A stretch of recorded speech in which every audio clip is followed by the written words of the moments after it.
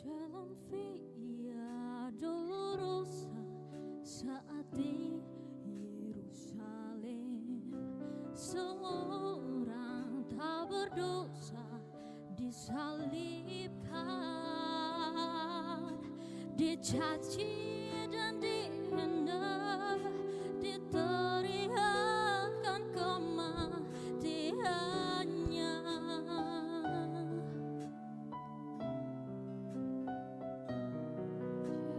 Disiksa dan didera, dicambuk di tubuhnya, mahkota duri pada kepalanya, dipikulnya salibnya, dia melangkah menuju Kalvari.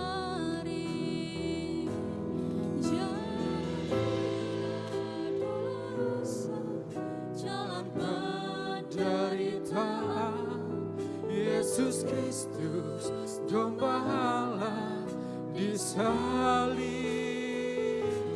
Dia memilih disalib, bukti kasih pada kita. Karena kita, dia serahkan dirinya di Kalvari. Darahnya mengalir, membasuh dosa, membukakan jalan kepada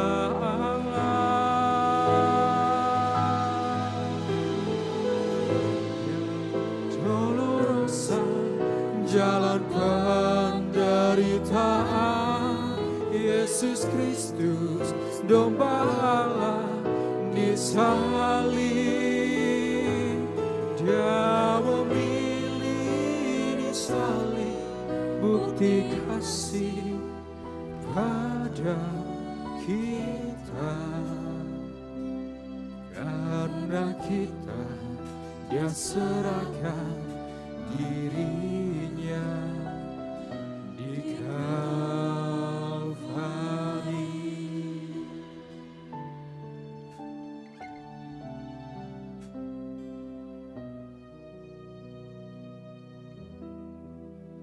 Puji Tuhan, shalom jemaat Tuhan.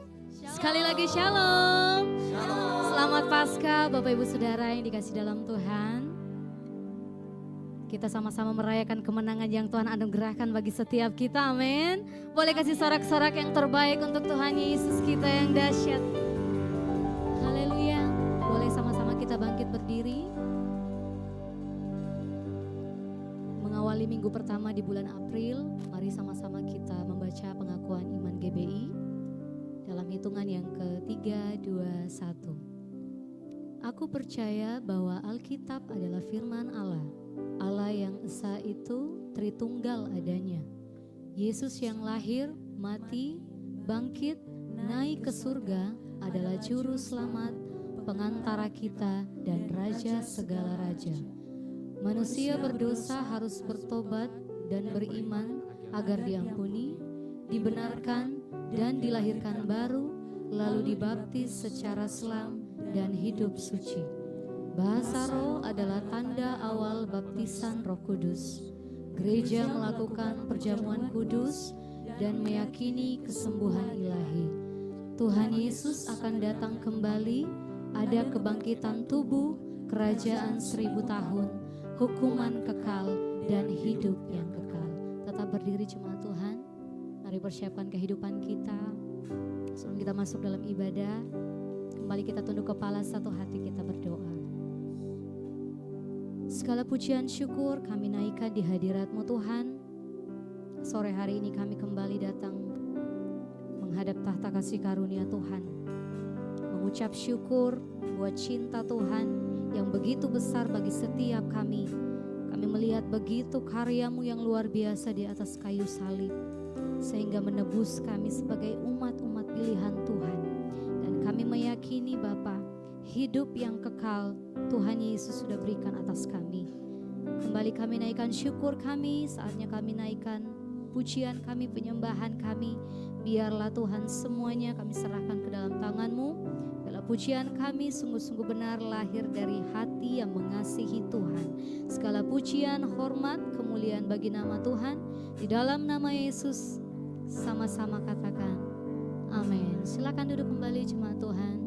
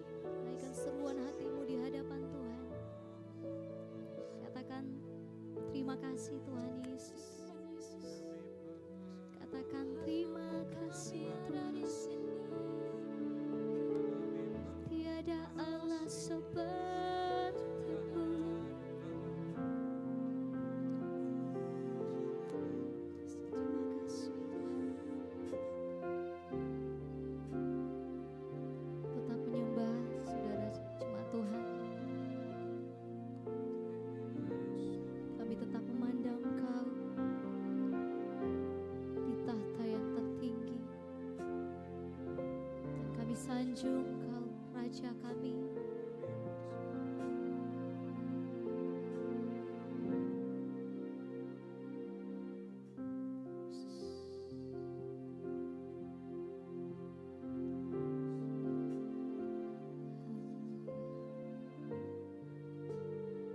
Mari nyatakan pujian ini.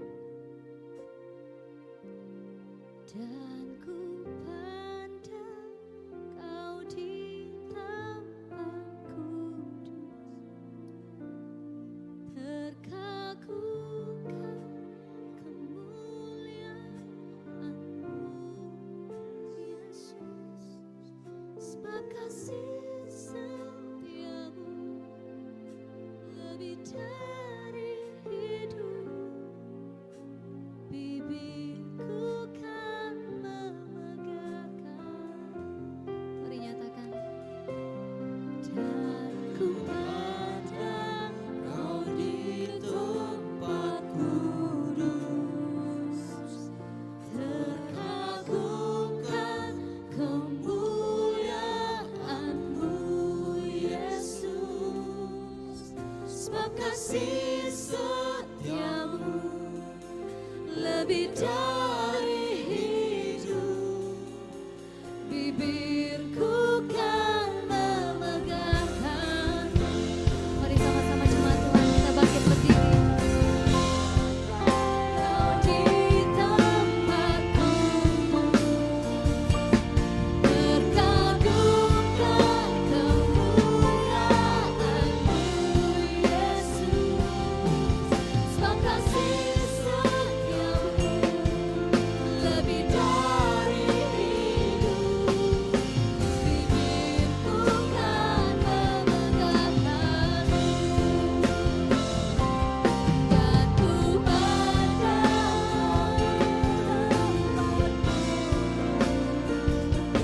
terkagumkan kemuliaan-Mu, Yesus. Sebab kasih setiamu lebih dari hidup, bibirku kan memegahkan. Mari angkat kedua tanganmu saudara, tanda penyerahan hidup kita kepada Sang Pencipta.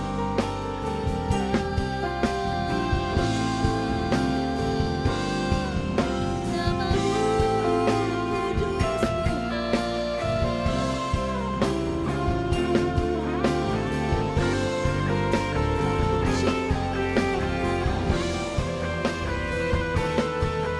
Mari sama-sama kita nyatakan dengan suara di hadapan Tuhan. Dan ku pandang Kau di tempat kudus, terkagumkan kemuliaan-Mu, Yesus. Sebab kasih setiamu lebih dari hidup, bibirku kan memegahkan.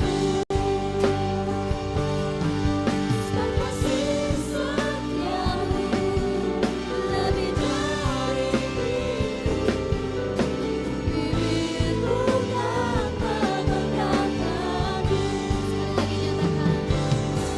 Sebab kasih setiamu lebih dari hidup, bibirku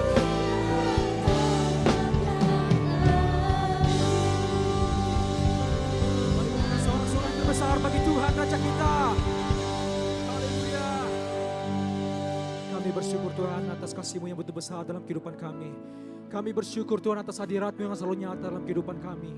Lebih lagi Tuhan, kami ingin memuji memuliakan nama-Mu Bapa.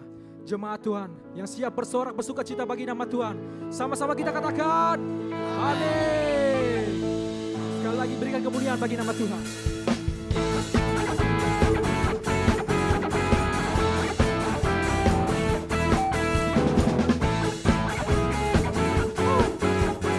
Kami menyatakan kemuliaan-Mu Tuhan, sama-sama katakan. Jauh lebih indah dari emas yang mulia, namamu katakan.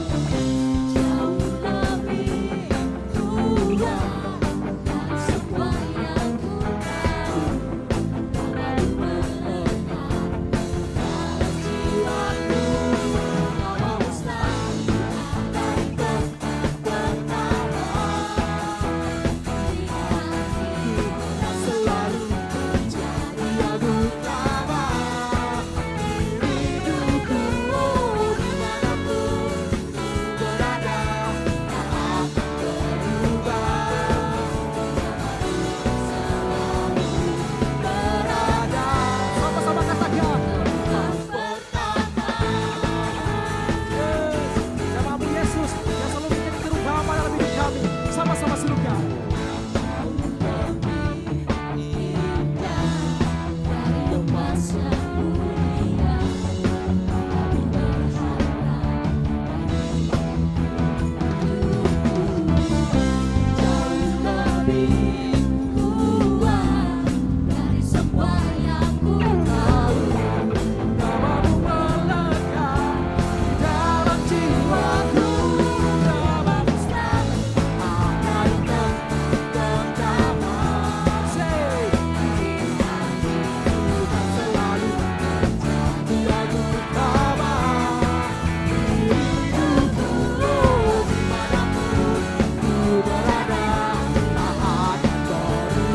Sama-sama katakan. Selalu berada tempat pertama.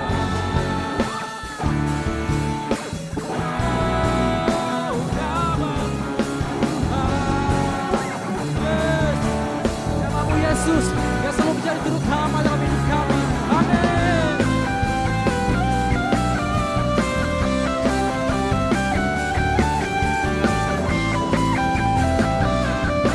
Mari sama-sama kita nyatakan saudara, saya rindu bila kita semua bersorak memuliakan nama Tuhan.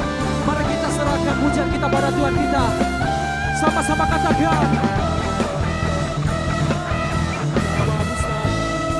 Dari tempat pertama. Sambil bertepuk tangan saudara.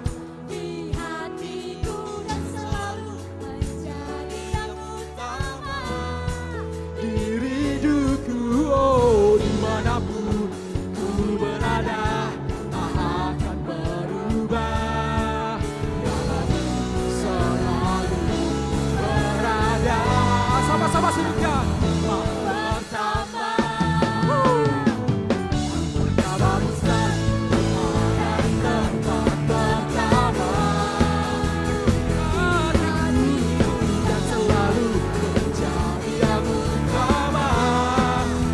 Hidupku, oh dimanapun ku berada, tak akan berubah.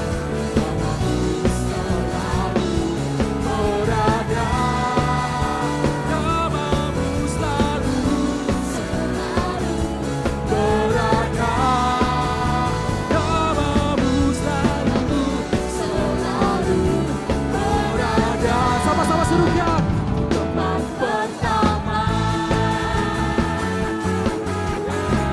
Namamu Tuhan yang selalu menjadi terutama dalam hidup kami. Amin. Mari berikan sorak-sorai yang terbesar bagi Tuhan Raja kita. Katakan haleluya.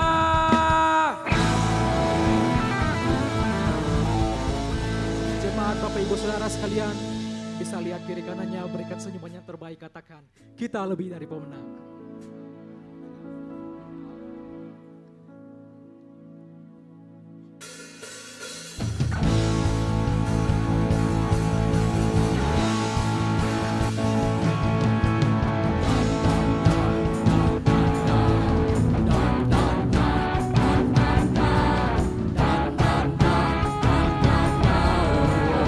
Saya percaya bisa lebih dahsyat lagi. Katakan. Yeay.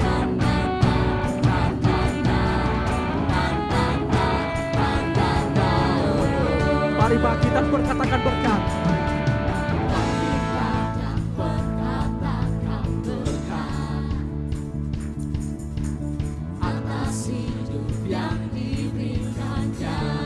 Mari dengan pasti sama-sama katakan. Dengan pasti, dengan nyatakan kekuatannya, kedahsyatannya di hidup. Saya percaya bisa lebih lagi, sama-sama katakan. Bangkitlah dan berkatakan berkah atas hidupmu, atas hidup yang diberikannya. Mari sama-sama dengan pasti katakan.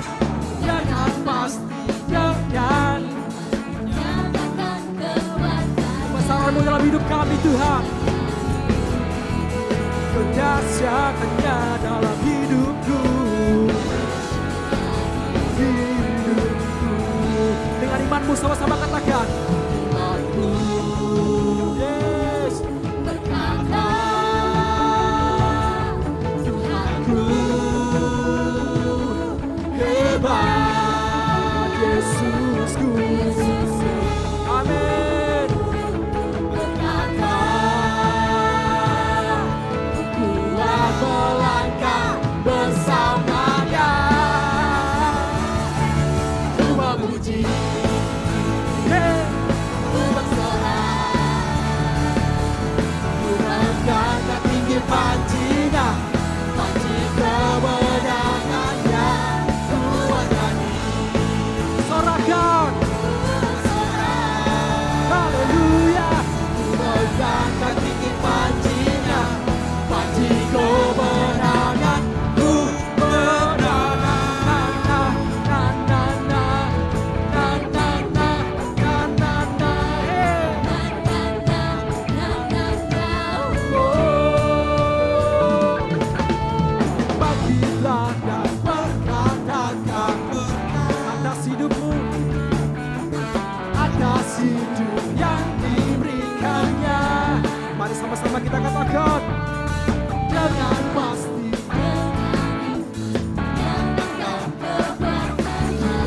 kedahsyatannya di hidup, kedahsyatannya dalam hidupku. Yes. Mari sambil mengangkat tanganmu, katakan. Tuhanku berkata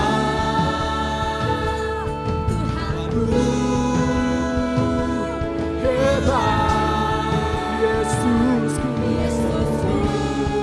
Amin. Berkata, ku kuat melangkah. Semuanya siap?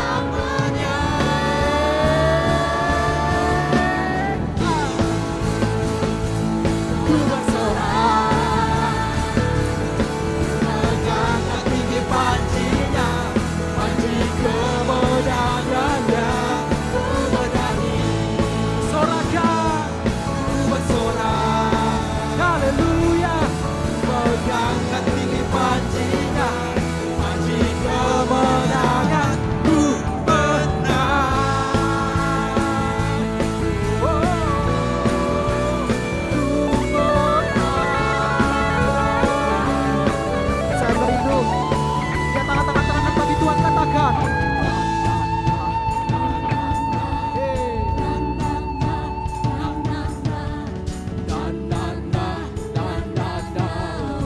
Sambil bertepuk tangan di atas kepala kita katakan.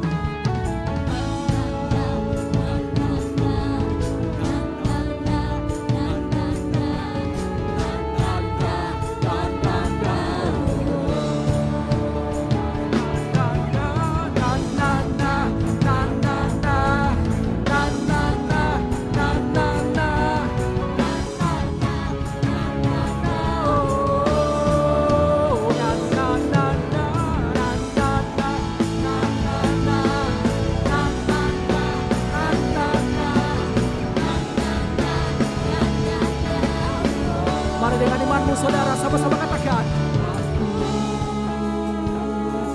Berkata, Tuhanku hebat, Yesusku. Yes. Berkata,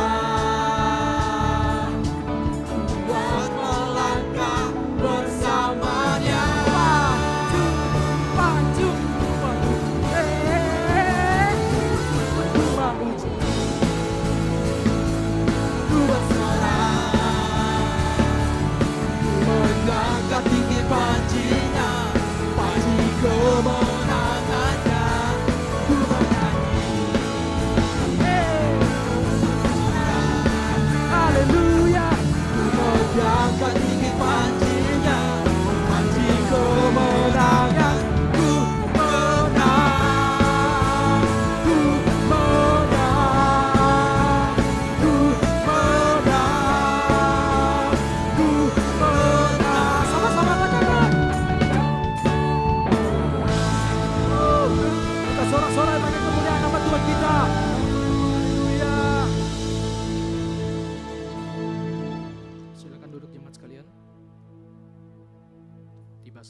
kita akan mendengarkan pembacaan katekismus. Kepada yang bertugas dipersilakan.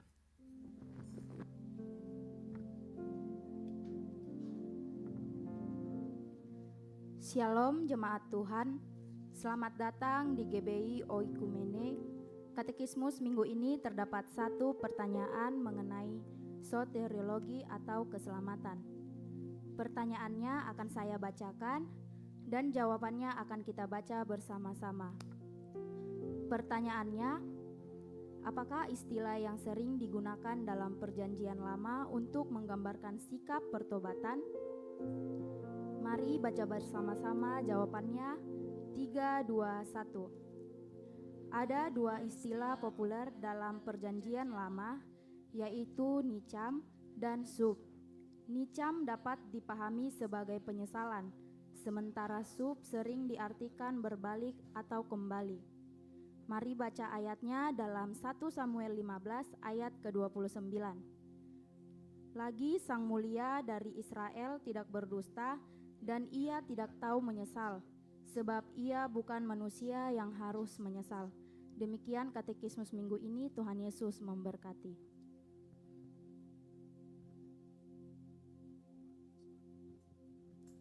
Baik, diinformasikan kepada jemaat Tuhan yang membawa anak kecil, itu boleh diantar ke lantai dasar dan mereka akan dilayani oleh guru-guru sekolah minggu di tempat ini. Puji Tuhan, mari persiapkan kehidupan kita, saudara. Kita sama-sama akan menerima kebenaran firman Tuhan sore hari ini.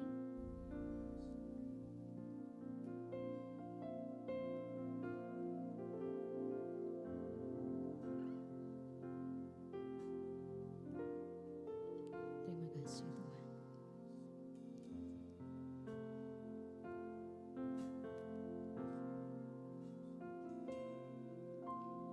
Sekalipun ku berjalan dalam lembah kelam, namun tanganmu selalu menopang hidupku.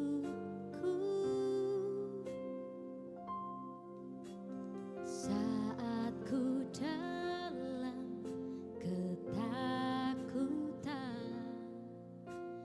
Kau hadir di sisiku. Kau berkata, jangan takut, Kau beriku kemenangan.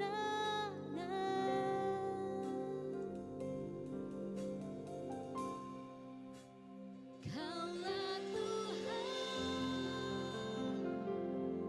yang berjanji, tak sekalipun Kau ingkari kesetiaan-Mu, sungguh terbukti.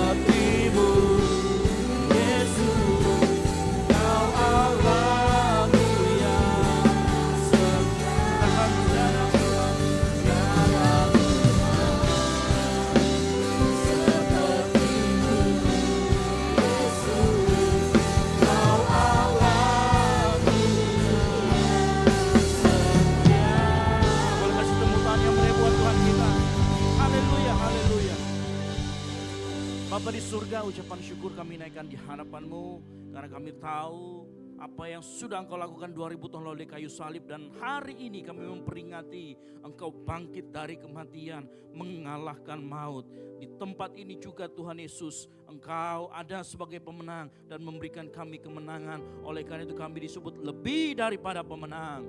Tiba saatnya Tuhan Yesus, kami mau dengarkan firman Tuhan. Hati kami mau dikalibrasi kembali, berbicara kepada setiap kami. Roh Kudus tolong bantu kami agar kami bisa menangkap sesuatu dari Tuhan, agar kami bisa mengerti isi hati Tuhan. Kami pulang tidak sama lagi seperti waktu kami datang. Kami mau berkat dari Tuhan. Kami mau buka mata kami, telinga kami, pendengaran kami, dan hati kami, sehingga firman Tuhan saat disampaikan itu bertumbuh dan berbuah lebat dalam kehidupan kami. Terima kasih Tuhan Yesus. Ini yang menjadi doa kami di dalam nama Tuhan Yesus Kristus. Yang siap mendengarkan firman Tuhan boleh sama-sama katakan amin. Baik, silakan duduk.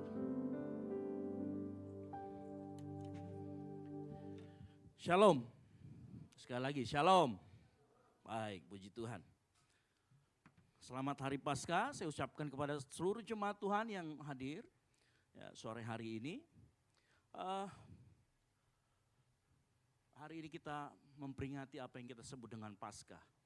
Dan saya yakin dan percaya melalui firman Tuhan yang disampaikan sore hari ini, Tuhan akan berbicara banyak kepada kita. Yang siap katakan amin. Baik.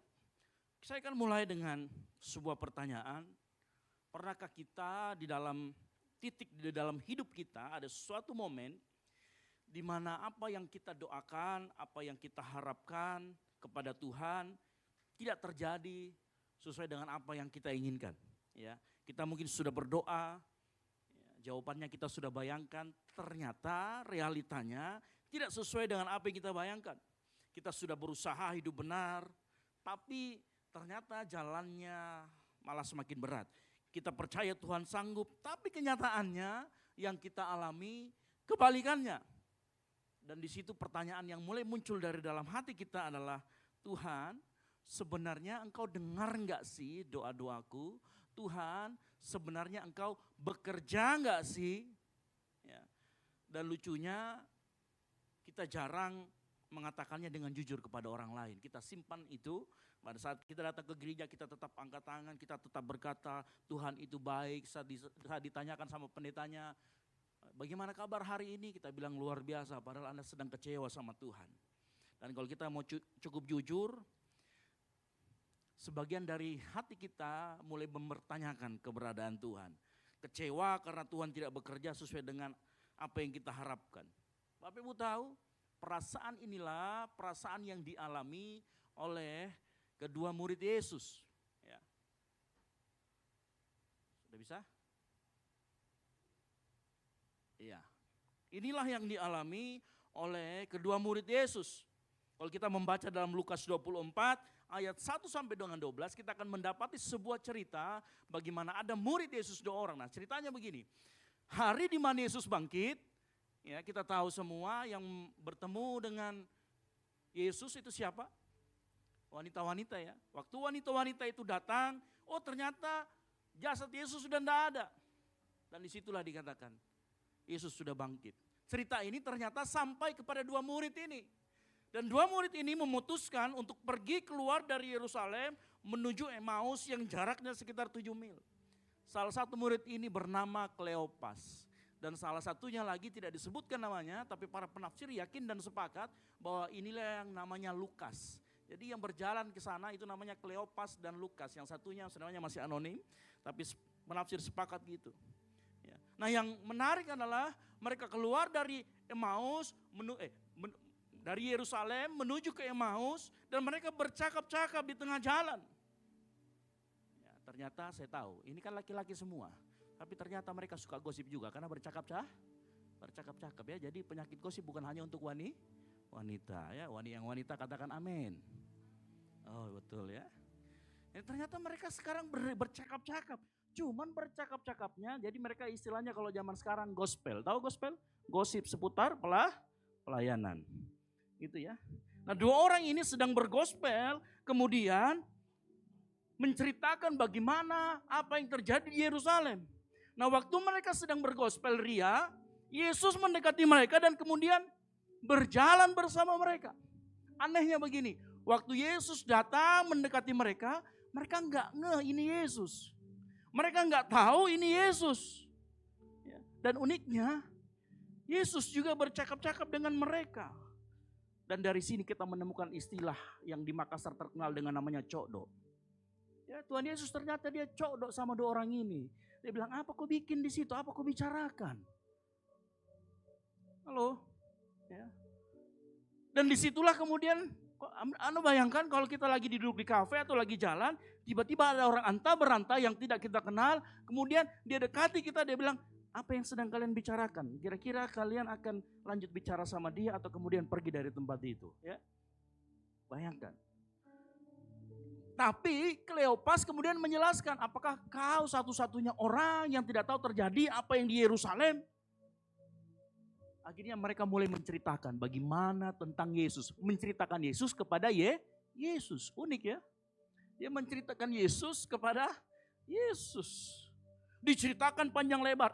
Saya mau kasih tahu, waktu Kleopas cerita itu dia tahu detailnya betul-betul. Bahkan mungkin Kleopas dan satu si Lukas ini, dia tahu bagaimana Yesus itu kemudian dia kasih mujizat, dia kasih dan lain sebagainya, pengajarannya dia terima.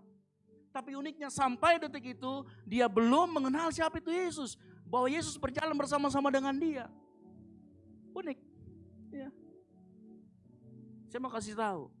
Yesus mendengar itu. Dan Yesus mulai bercakap-cakap dengan mereka. Setelah dia jelaskan panjang lebar, Yesus mulai cokdok yang kedua.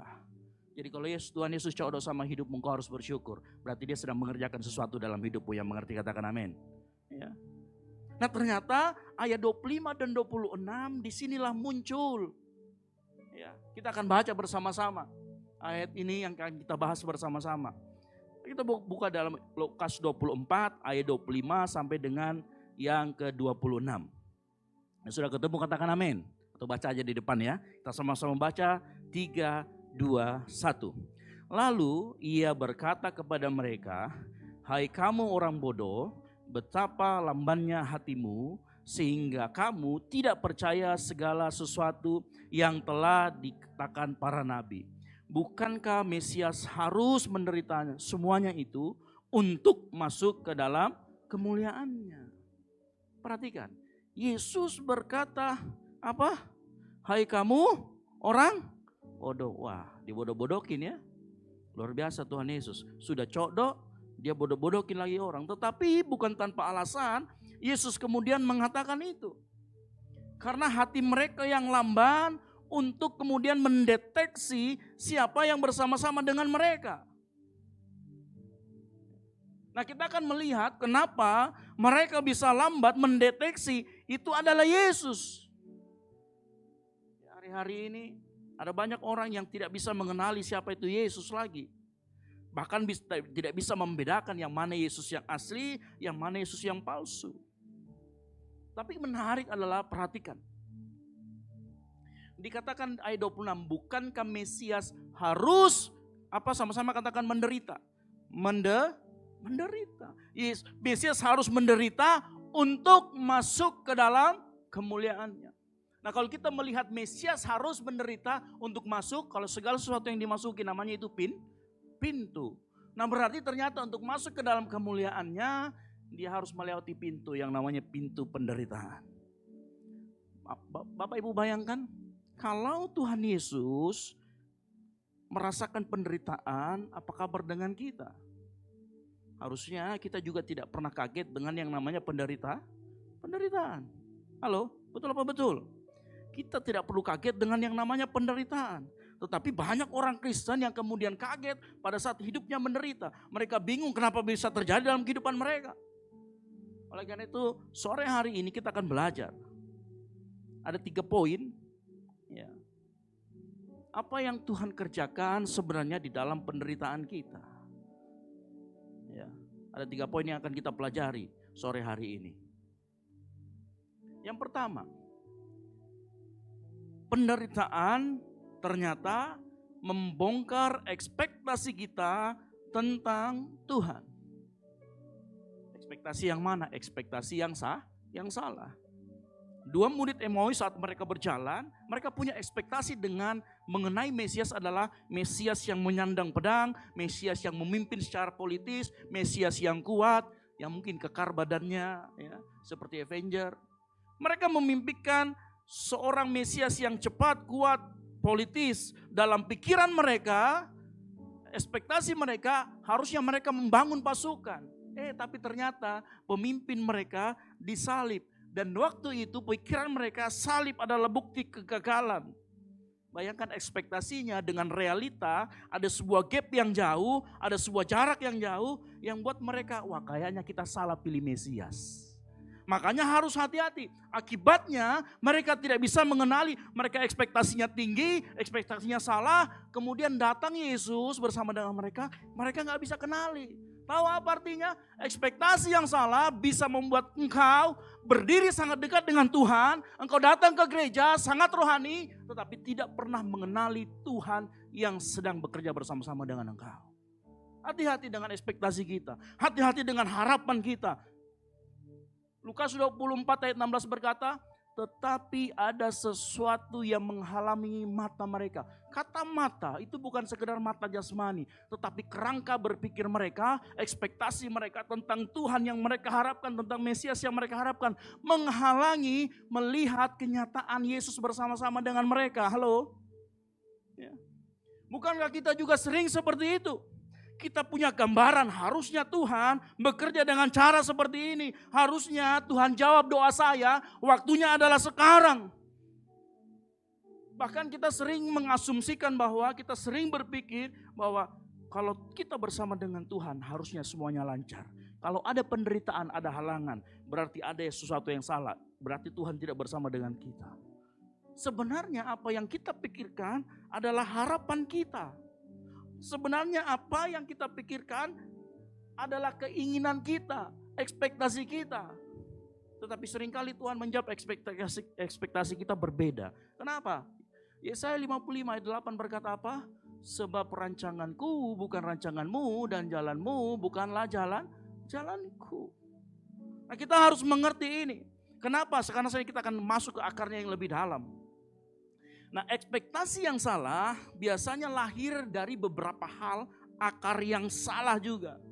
Salah satunya akar yang pertama adalah keinginan kita untuk bisa mengontrol segala sesuatu. Kita percaya, saya percaya Tuhan berdaulat. Asalkan kedaulatannya berjalan sesuai dengan kehendak kita. Sebenarnya kalau kita mau cek lagi hati kita sedang mencoba mengakui Tuhan di saat yang bersamaan kita ingin kontrol segalanya. Makanya kadang-kadang aneh orang Kristen, kita mengaku bahwa kita beriman, kita berserah penuh sama Tuhan. Tapi sebenarnya kalau Tuhan bisa bicara, dia akan ngomong gini, hey, kamu menyuruh aku mendukung rencanamu dalam hidupmu.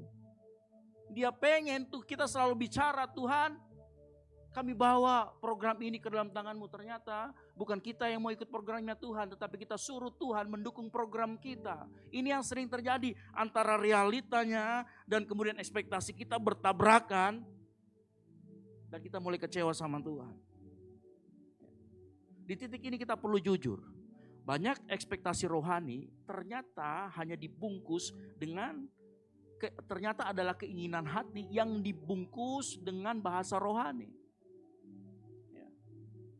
Tuhan, aku berdoa Tuhan supaya IPK aku dapat 4. Tapi Tuhan bilang enggak, kamu dapat 4 untuk meninggikan dirimu. Kita bilang supaya namamu dipermuliakan, ditinggikan. Padahal kamu mau tunjukin sama calon pacarmu bahwa kamu IPK-nya 4. Tuhan tahu semuanya itu. Akar yang lain adalah kadangkala kita manusia lebih suka mujizat, kemenangan, pemulihan, terobosan, pintu terbuka. Tetapi kita lupa sebelum semuanya itu, dalam pola-pola cerita yang ada di Alkitab, sebelum kemenangan dan lain sebagainya, ada yang namanya penantian, ada yang namanya kebingungan, ada yang namanya disiplin, ada yang namanya pemurnian, ada yang namanya penderitaan sebelum kemenangan. Coba lihat cerita-cerita tentang Yusuf menerima mimpi. Apakah besoknya dia langsung jadi raja? Enggak, dia tunggu belasan tahun baru dia bisa memerintah Mesir. Daud diurapi oleh Samuel, apakah besoknya dia raja? Enggak, dia dikejar-kejar sama Saul. Kita suka bagian yang enaknya, tapi gak pernah mau menerima perjuangannya seperti apa. Bangsa Israel dijanjikan tanah perjanjian, tetapi harus melewati padang gurun. Kita lupa, tanah perjanjiannya saja yang kita ingat, tetapi padang gurunnya lupa. Kenapa? Manusia lebih suka enaknya aja. Ini juga akar. Sama seperti murid yang berjalan bersama dengan Yesus, 2 orang ini, dia berpikir, kita kan murid Yesus. Kalau Yesus memerintah membebaskan bangsa Israel, minimal saya menjadi gubernur lah. Dia bayangkan enaknya. Ada juga akar yang lain. Kadangkala kita menilai kasih Tuhan dari suasana yang terjadi sekeliling kita, bukan berdasarkan karakter Tuhan. Kita menghubungkan kebaikan Tuhan dengan pengalaman yang menyenangkan. Waktu hidup berjalan baik, kita mudah berjalan, Tuhan itu baik. Waktu doa belum dijawab, keadaan gelap, hati kita mulai goyang. Apakah Tuhan betul-betul baik? 2 orang murid Yesus juga berakhir yang sama. Dia menafsir Alkitab, dia menafsir salib sebagai sebuah kegagalan, akhir dari harapan. Kenapa? Karena dia melihat situasi, keadaan, kondisinya ternyata tidak sesuai dengan apa yang mereka harapkan. Mereka menjadikan situasi sebagai lensa utama cara dia melihat Tuhan. Akhirnya apa? Firman Tuhan hanya jadi pelengkap. Dan ketika itu terjadi, akar-akar itu terjadi, tumbuhlah ekspektasi yang salah. Nah, ekspektasi yang salah antara realita dan ekspektasi kemudian tidak bertemu, bertabrakan, disitulah kita mulai kecewa. Perhatikan baik-baik, ekspektasi yang salah berbahaya bukan karena membuat kita kecewa, tetapi membuat kita buta. Buta kenapa? Orang yang dia punya gambaran sendiri tentang Tuhan, begitu Tuhan menyatakan dirinya dengan cara yang lain, dia akan bilang begini, ini bukan Tuhan. Tuhan itu harusnya sesuai dengan yang ini. Orang itu akan buta terhadap kebenaran. Kalau hati kita sudah terlalu penuh dengan Tuhan harusnya begini, Tuhan harusnya begitu. Lama-kelamaan kita akan sulit melihat Tuhan yang asli. Jadi masalahnya kadang bukan kita kurang kehadiran Tuhan. Tetapi karena di pikiran kita, Tuhan harus bekerja dengan cara yang kita mau. Dan ini yang membutakan kita semua. Nah, pertanyaannya sore hari ini, bagaimana ekspektasi yang salah ini bisa dipulihkan? Nah, perhatikan baik-baik. Saya tidak akan beri penjelasan yang cepat. Tapi perhatikan baik-baik apa yang dilakukan Yesus waktu dia berbicara setelah di ayat 26. Ayat 27, waktu Yesus ketemu dengan murid-murid dari Emmaus, Yesus tidak langsung menunjukkan jati dirinya. Kamu bicara Yesus, perkenalkan, nama saya Yesus yang kamu bicarakan. Yesus tidak bicara itu. Apa yang dia lakukan? Ayat 27, perhatikan. Lalu ia menjelaskan kepada mereka apa yang tertulis tentang dia di dalam seluruh kitab suci. Ini penting, dengar baik. Pemulihan hati terhadap ekspektasi yang salah dimulai ketika firman Tuhan membentuk ulang caramu melihat dan mengenal Allah. Dimulai dari apa? Melihat kembali kepada firman Tuhan. Makanya jawabannya begini. Kan ada orang bilang, kalau begitu jangan mikir berekspektasi deh.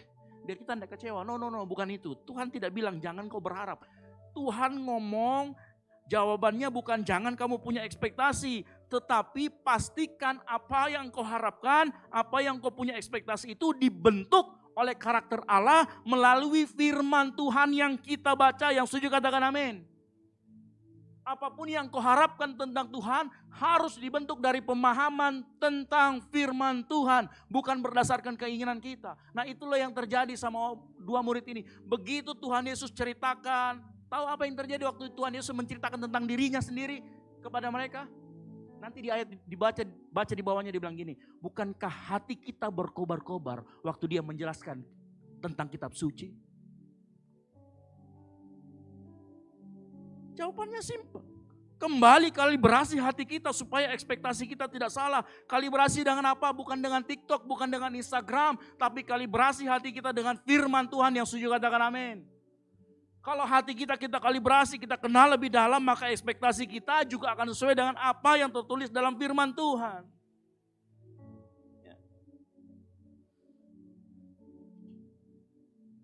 Jadi sore hari ini, ekspektasi yang salah adalah soal hati yang ingin semuanya bekerja dengan skenarionya sendiri, dengan keinginan kita.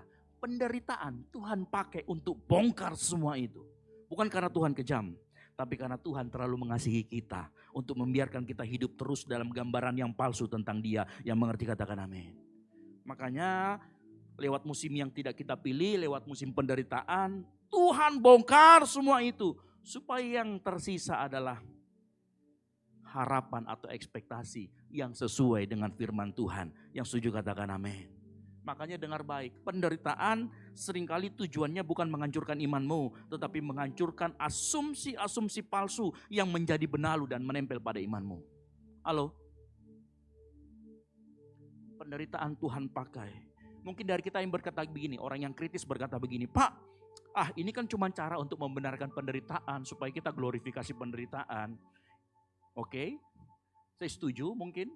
Pertanyaannya cukup fair, tapi saya mau kasih tahu. Kekristenan dalam menghadapi penderitaan itu berbeda dengan keyakinan yang lainnya. Kenapa? Karena kekristenan tidak bersuka cita atas penderitaan kosong. Kekristenan percaya dan menunjukkan bahwa Tuhan yang kita sembah, Dia pernah juga menderita untuk kita. Yang mengerti katakan amin. Dia bukan Tuhan yang jauh. Tuhan kita bukan Tuhan yang berdiri jauh dan berkata, oke tahan ya, tahan sebentar lagi penderitaannya selesai. Enggak, Dia juga pernah menderita seperti kita. Dia pernah mengalami menjadi manusia. Yang mengerti katakan amin. Makanya waktu Dia bilang tahan ya, Dia berkata, aku pernah di posisi itu. Aku pernah mengalami itu. Dia sendiri Tuhan yang masuk inkarnasi jadi manusia, merasakan dan mengalami bagaimana penderitaan itu. Makanya saya berdoa hari ini kita semua sadar. Oh ternyata selama ini yang dikoreksi harusnya bukan keadaan kita. Tapi cara saya mengenali Tuhan. Yang mengerti katakan amin. Dan kalau engkau sadar sore hari ini, perdalam dirimu untuk mengenali Tuhan yang benar melalui apa? Pembacaan firman Tuhan, pembacaan Alkitab, dengarkan firman Tuhan dengan baik. Supaya ekspektasimu gak salah tentang Tuhan. Cari pribadi Tuhan itu di Alkitab. Jangan cari, saya aneh, mohon maaf hari-hari akhir-akhir ini. Orang yang ragu sama imannya, dia tidak cari pendeta atau orang yang jago untuk menjelaskan. Dia pergi cari donditan. Kan agak aneh. Ya. Harusnya untuk menjelaskan imannya, keraguannya, dia cari orang yang bisa menjelaskan. Dan itu adanya dalam firman Tuhan. Makanya dengar baik sore hari ini. Ingat. Kadangkala ekspektasi yang salah lahir dari pemahaman pengenalan tentang Tuhan yang salah. Dan makanya Yesus mengatakan kita harus kembali membaca kitab suci. Firman Tuhan yang mengerti katakan amin. Yang kedua, penderitaan memurnikan motivasi kita. Apa maksud pernyataan ini? Tahu nggak? Pada saat orang menderita, Tuhan menyingkapkan isi hatinya dan motivasinya. Maksudnya apa? Begini Bapak Ibu Saudara sekalian. Di dalam penderitaan, motivasi yang tersembunyi itu akan mulai keluar. Dan begitu itu keluar, Tuhan akan kasih kesempatan kita untuk bertobat dan ditata ulang. Kenapa? Karena begini, kalau kondisinya baik-baik saja, kita akan terus merasa bahwa hati kita benar. Hati kita lurus. Tapi jangan lupa, Tuhan yang kita sembah itu Tuhan yang menyelidiki hati. Sama-sama katakan menyelidiki hati. Ulangi, menyelidiki hati. Dari mana saya tahu? Yeremia 17 berkata begini. Tolong kau gak bergerak? Ya, oke. Yeremia 17 berkata begini. Aku Tuhan yang menyelidiki hati, yang menguji batin. Halo, dengar baik. Dia tahu motivasi kita, makanya dia pakai penderitaan supaya memperlihatkan. Kadang kita dikasih tahu motivasi kita salah, kita enggak. Kalau kita cuma dikasih tahu, motivasimu salah sama teman kita enggak mau. Kadang-kadang Tuhan pakai penderitaan untuk kasih tunjuk motivasimu salah. Memang tidak semua penderitaan itu otomatis memurnikan motivasi. Memang tidak semuanya. Ada penderitaan yang bisa membuat orang makin pahit, makin egois, makin haus pengakuan. Ada. Perhatikan, yang memurnikan bukan penderitaannya, tetapi responmu pada saat engkau mengalami penderitaan. Tuhan pakai penderitaan, Tuhan izinkan penderitaan. Supaya kita berespon benar dan Dia akan memurnikan motivasi kita. Yang mengerti katakan amin. Ada orang yang menderita tapi dia jadi kepahitan. Tapi sore hari ini saya mau beritahu, mengapa penderitaan bisa memurnikan motivasi? Itu tadi, karena semuanya kalau berjalan baik, Motivasi tidak kelihatan. Coba deh perhatikan, saat pelayananmu diapresiasi, oh WL-mu bagus ya, main musikmu bagus ya. Kita nggak bisa tahu motivasi kita benar atau tidak. Wah, saat keluarga harmonis, saat studi lancar, saat orang memuji, kita bisa tampak rohani, setia dan tulus. Kenapa? Karena kita menerima semua apresiasi. Tapi kita nggak pernah tahu apa yang mendorong kita. Bisa jadi kita melayani karena senang dibutuhkan. Bisa jadi kita melayani karena suka dipandang disiplin. Bisa jadi kita melayani karena ingin dianggap dewasa rohani. Ada banyak, kita nggak bisa tahu. Motivasi kita terlihat nanti setelah bertemu dengan yang namanya penderitaan. Perhatikan Ulangan 8 ayat yang kedua. Ya, dikatakan begini, perhatikan ya. Ingatlah kepada seluruh perjalanan yang kau lakukan atas kehendak Tuhan Allahmu di padang gurun. Ini bicara tentang bahasa Israel selama 40 tahun. Dengan maksud apa? Merendahkan hatimu dan mencobai engkau untuk apa?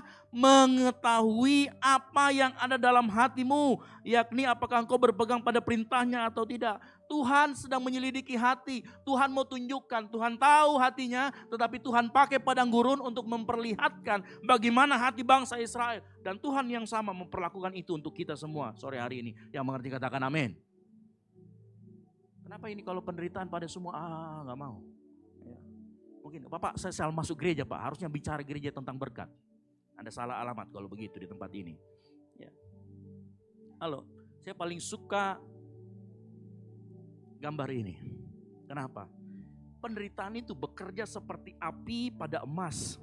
Ingat, waktu emas dimurnikan, emas tidak menciptakan unsur baru, tetapi dia memisahkan yang mana emas, yang mana campurannya. Makanya semakin dia panas, semakin campurannya yang bukan emas itu akan terpisah. Jadi saat penderitaan datang, kita bisa mulai melihat isi hati kita sebenarnya, motivasi kita seperti apa. Makanya penderitaan memurnikan motivasi karena dia memisahkan antara cinta Tuhan daripada dengan cinta hasil dari mengikuti Tuhan. Ini dua hal yang berbeda.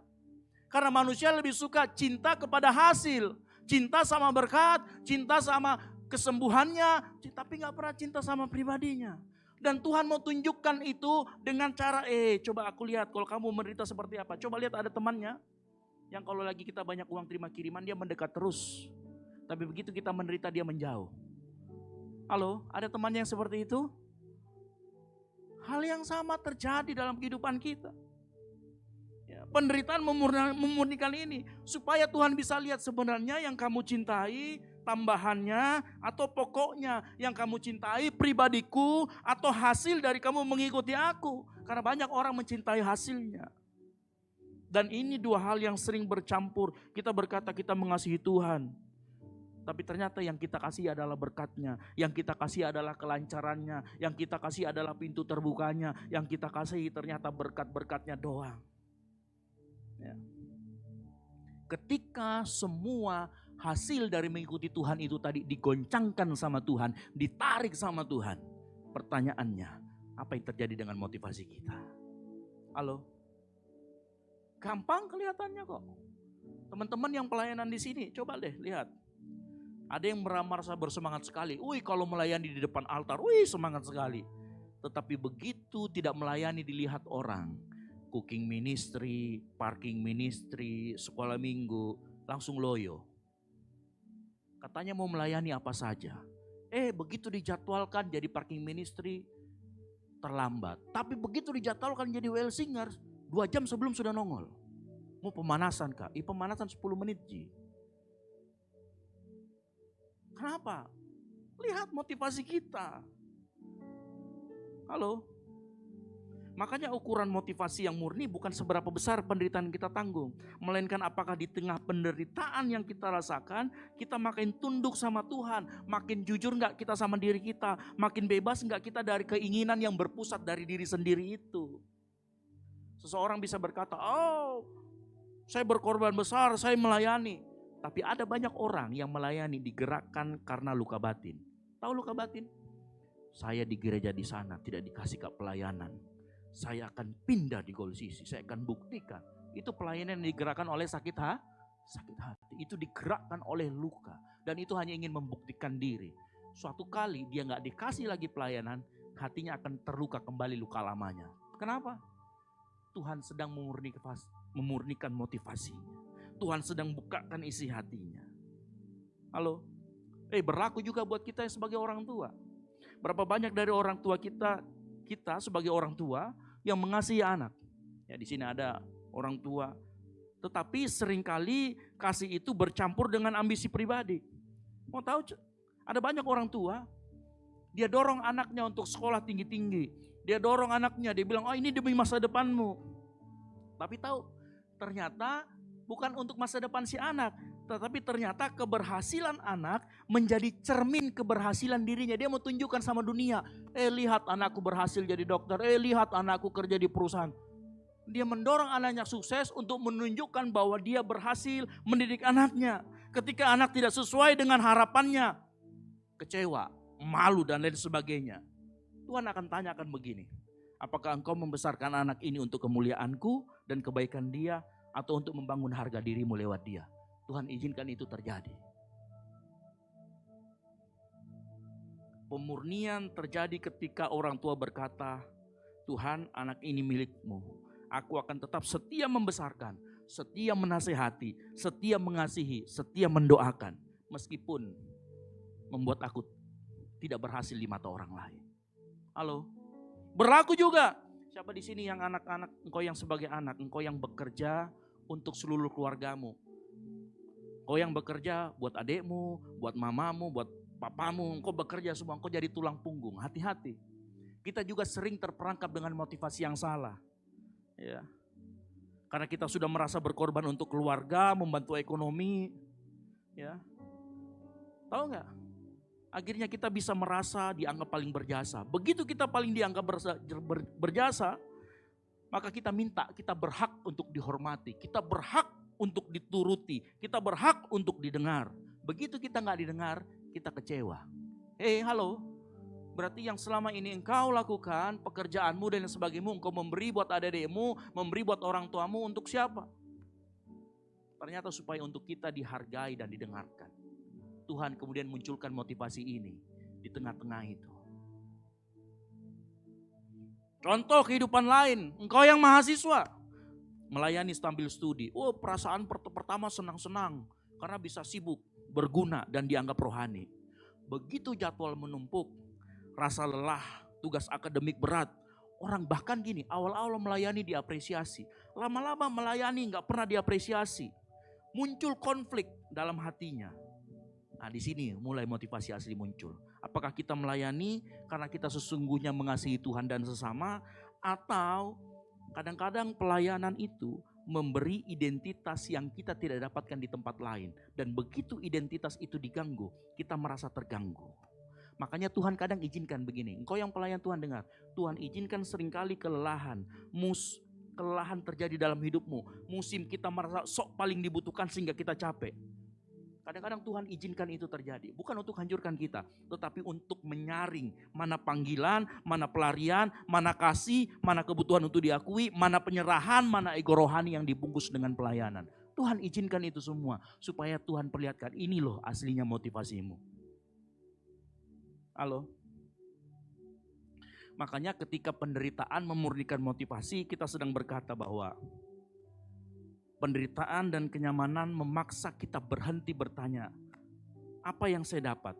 Lalu kita ganti pertanyaan dengan, siapa yang saya layani? Makanya penderitaan memunculkan kita untuk menghentikan kita menjadikan tepuk tangan, hasil, reputasi sebagai pusat. Lalu mengarahkan kita kembali bahwa pusatnya adalah Tuhan. Yang mengerti katakan amin. Bahwa sebenarnya kita harus melayani, apapun yang kita lakukan itu semua harus berpusat dengan yang namanya kemuliaan Tuhan. Yang mengerti katakan amin. 1 Korintus 10 ayat 31 berkata apa? Jika engkau makan, jika engkau minum, jika engkau melakukan sesuatu yang lain, lakukan semuanya itu untuk kemuliaan Tuhan. Penderitaan memunculkan, ini yang emas murni, campurannya yang Tuhan ingin perlihatkan sama kita melalui penderitaan. Dia bisa singkirkan itu semua. Dengar baik. Mungkin setelah kita mengalami steril dari motivasi campuran, tapi gak sampai di situ. Hati manusia itu licik dan rumit. Makanya pemurnian motivasi itu bukan terjadi sekali, terjadi berkali-kali. Contoh, engkau yang pelayanan, awal-awal pelayanan, ya kan? Awal-awal pelayanan semangat. Ya kan? Begitu tiba-tiba pertengahan, mulai mundur karena nggak diapresiasi. Tapi Tuhan ingatkan mulai firman Tuhan. Akhirnya kita mulai apa? Oh ya betul ya, harusnya saya begini-begini. Besoknya ada pelayan baru datang, cakep, cowok. Ih, kayaknya aku naksir deh. Ditembak, ditolak. Pas ditolak dia kecewa.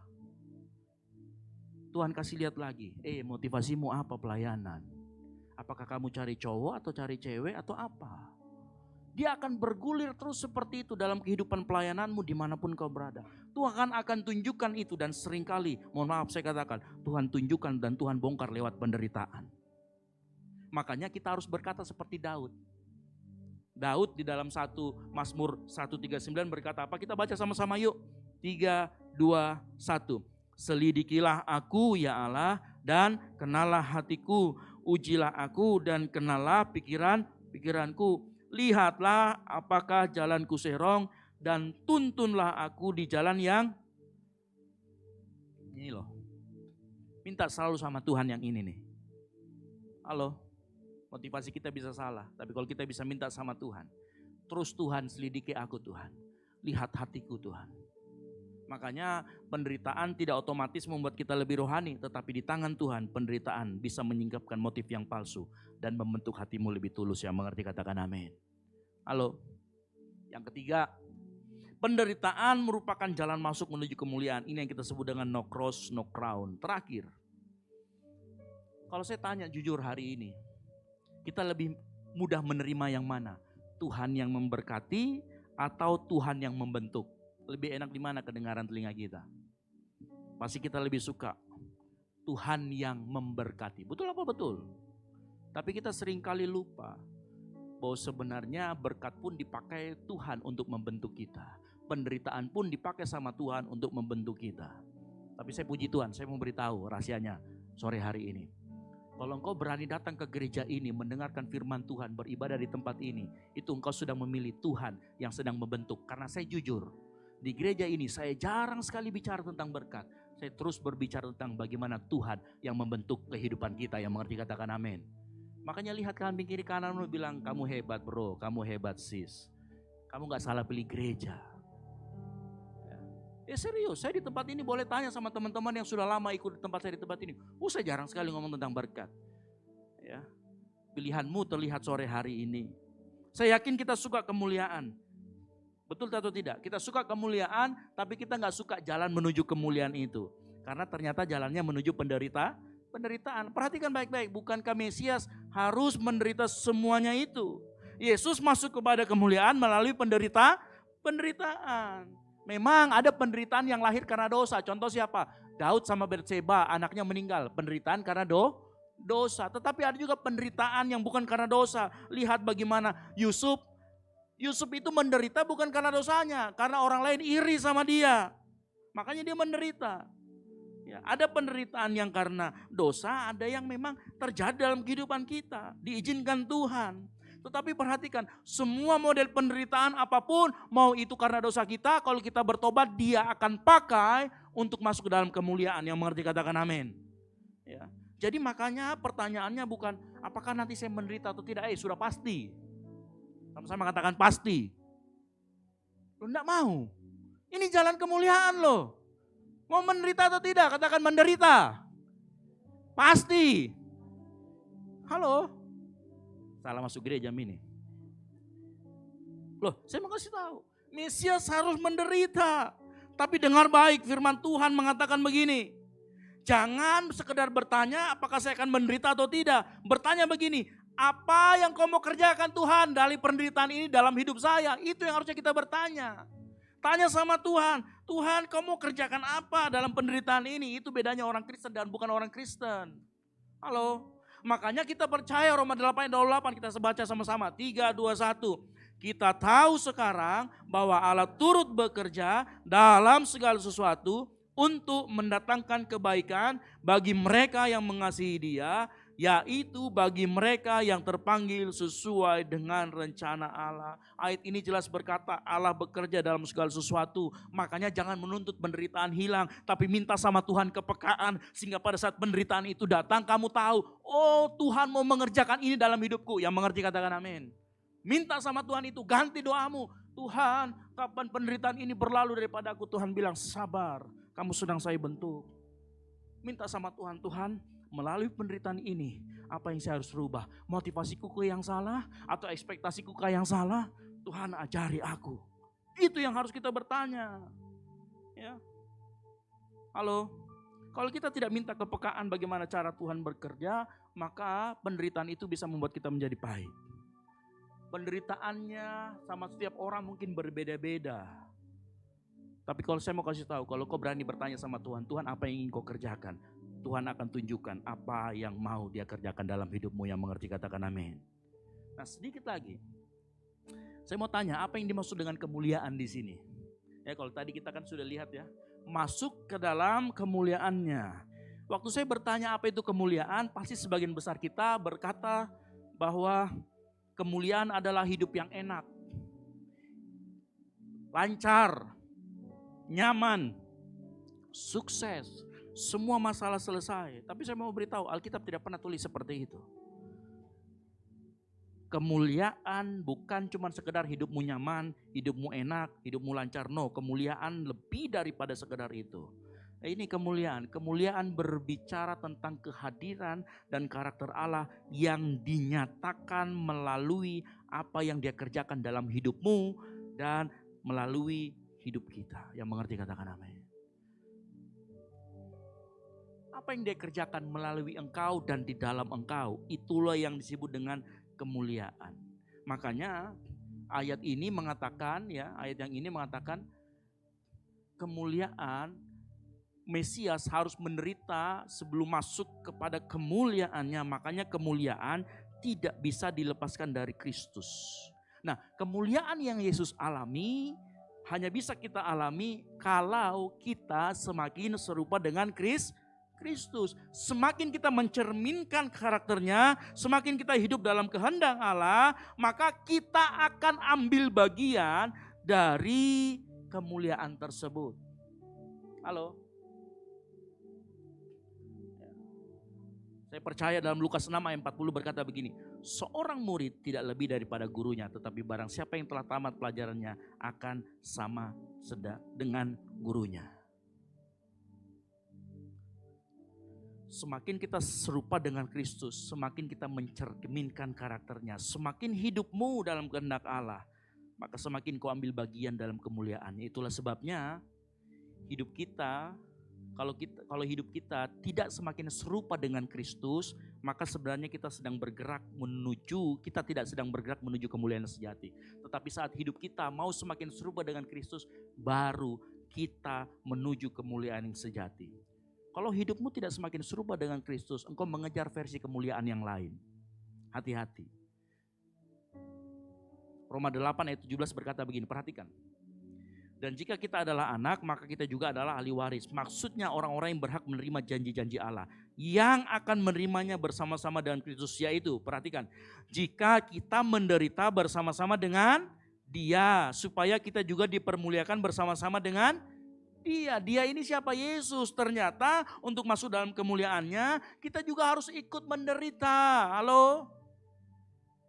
Artinya apa? Bukan akhirnya kita ikut dicambuk, bukan. Artinya kita semakin serupa dengan Dia, baru kita bisa menikmati kemuliaan yang sejati itu. Makanya Roma 8 ayat 29 berkata begini, sebab semua orang yang dipilihnya semula, mereka juga ditentukannya dari semula untuk apa? Menjadi serupa dengan gambaran anaknya. Yang mengerti katakan amin.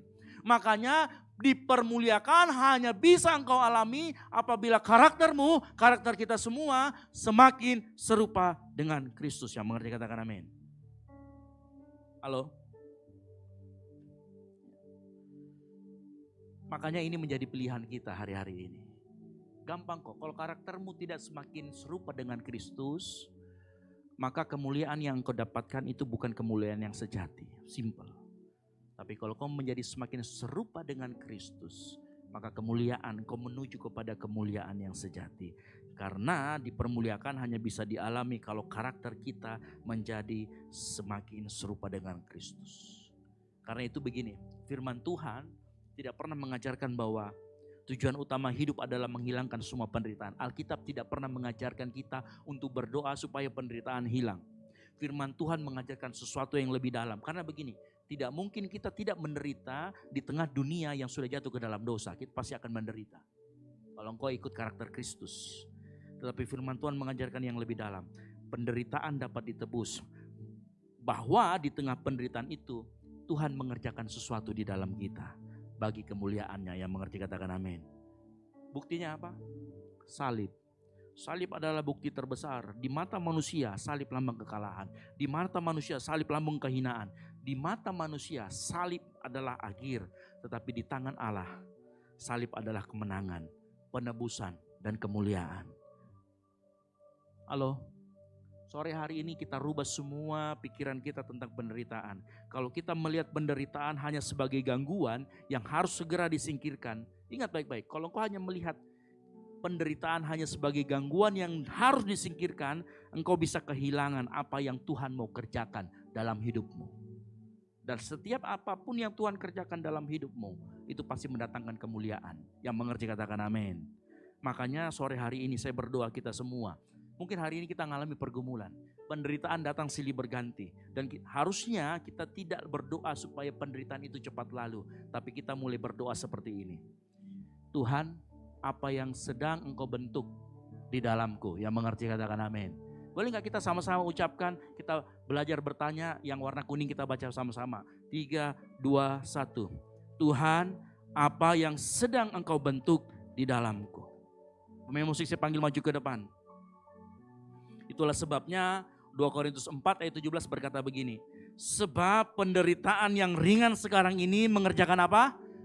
Bagi kami kemuliaan kekal yang melebihi segala-galanya. Ingat, penderitaan mengerjakan apa? Kemuliaan. Makanya jangan pernah berdoa penderitaan gak pernah ada. Berdoalah, minta sama Tuhan. Penderitaan ini apa yang engkau kerjakan dalam hidupku Tuhan, itu minta seperti itu. Kalau engkau sudah tahu, minta kekuatan sama Tuhan untuk melaluinya. Dan berkatalah seperti Yesus berkata di Taman Getsemani apa? Biar kehendakmu yang jadi, bukan kehendakku yang jadi. Yang setuju katakan amin. Makanya yang terakhir, penderitaan tidak otomatis menghasilkan kemuliaan. Tetapi di tangan Tuhan, penderitaan yang kau respon dengan benar, yang kita respon dengan benar, dapat menjadi jalan pembentukan menuju kemuliaan yang sejati. Yaitu apa?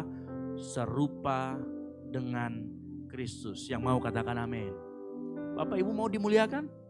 Mau menjadi semakin serupa dengan Kristus? Lewati penderitaan. Halo, lihat samping kiri kanannya bilang lewati penderitaan bro. Lewati penderitaan sis. Ngomong.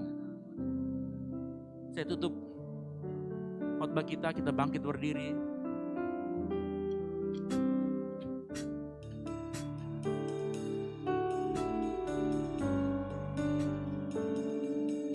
Selidiki aku,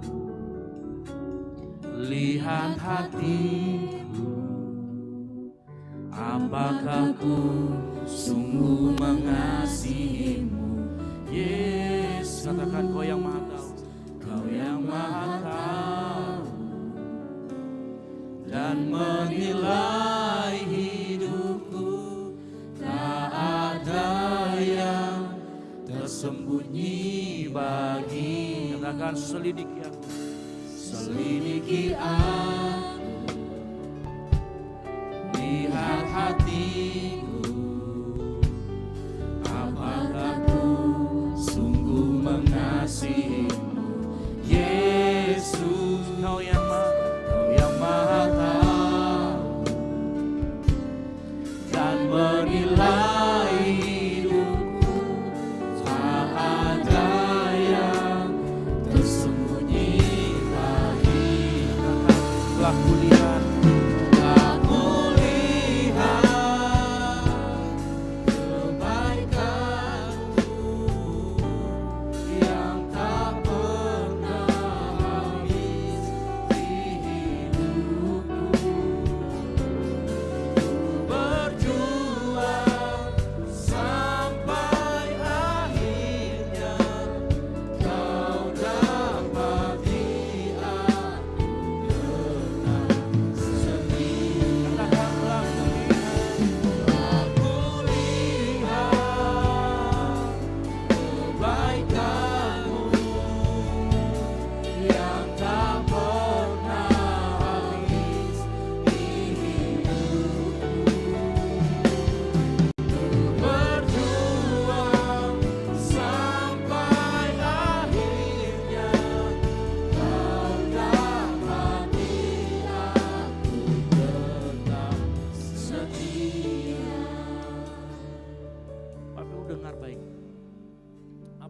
Tuhan Yesus alami di kayu salib itu penderitaan yang benar-benar menyiksa.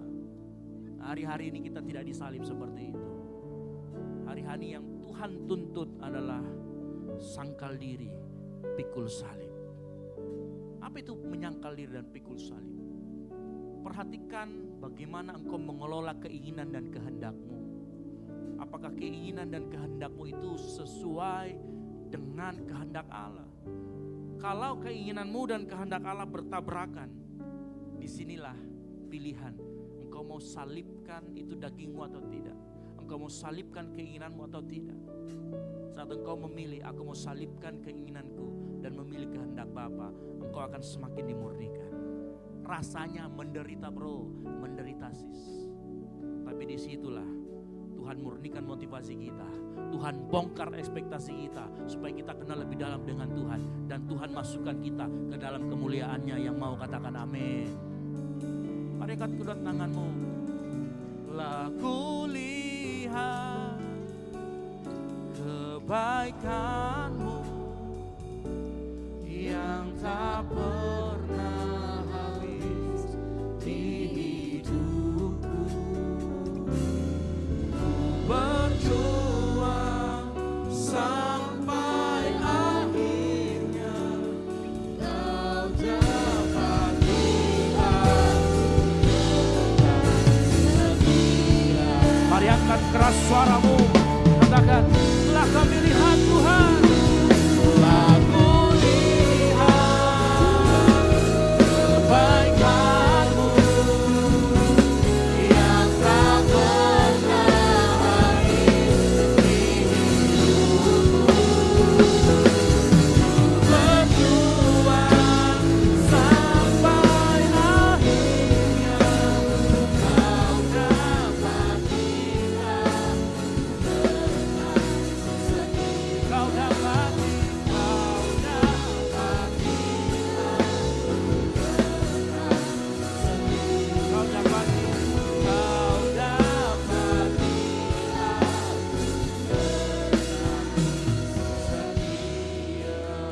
malam hari ini di tangan kita sudah ada roti dan anggur.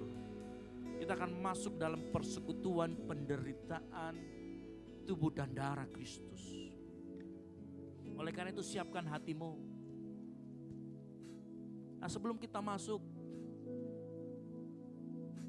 Roh Kudus ingatkan kita untuk kita kemudian mengaku dosa-dosa kita. Karena firman Tuhan berkata, karena itu hendaklah tiap-tiap orang menguji dirinya sendiri. Dan baru sesudah itu ia makan roti dan minum cawan itu. Karena barang siapa makan dan minum tanpa mengakui tubuh Tuhan, ia mendatangkan hukuman atas dirinya. Bapak Ibu dengar baik. Mungkin kita gak sengaja nyakitin orang tua kita, anak kita, teman kerja kita. Kita sakitin atasan kita sebagai kita bawahan. Mungkin kita lupa atau tidak sengaja. Sebelum kita masuk dan persekutuan dengan tubuh dan darah Kristus, minta ampun sama Tuhan. Ngomong minta ampun sama Tuhan. Tuhan ampuni kami Tuhan. Minta ngomong. Bapa di surga mau berdoa sebelum kami masuk dalam perjamuan kudus. Mereka yang meminta untuk pengampunan dosanya, menyesal atas segala kesalahan yang dia lakukan. Tuhan tolong, layakkan kami masuk ke dalam perjamuan kudus ini. Sehingga melalui itu nama Tuhan ditinggikan dan dipermuliakan. Ampuni segala dosa dan pelanggaran kami Tuhan. Sejauh timur dari barat Engkau membuang dosa kami. Dan di tempat ini Tuhan Yesus, kami mau masuk dalam perjamuan kudus. Mari angkat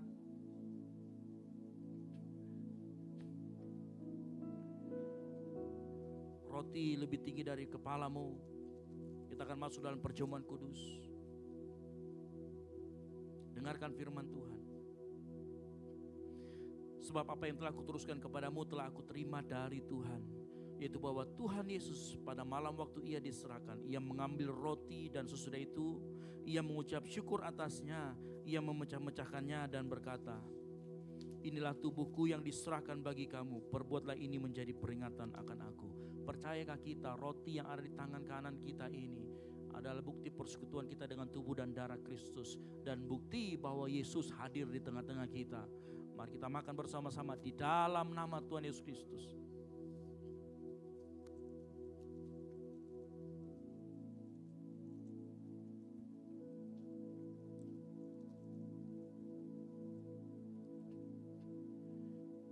angkat tinggi cawan lebih tinggi dari kepalamu. Dengarkan firman Tuhan. Demikian juga ia mengambil cawan sesudah makan lalu berkata, cawan ini adalah perjanjian baru yang dimateraikan oleh darahku. Perbuatan ini menjadi setiap kali kamu meminumnya menjadi peringatan akan aku. Sebab setiap kali kamu makan roti dan minum cawan ini, kamu memberitakan kematian Tuhan sampai ia datang. Percayakah kita? Anggur yang ada di tangan kanan kita adalah darah Kristus yang dicurahkan untuk pengampunan dosa kita.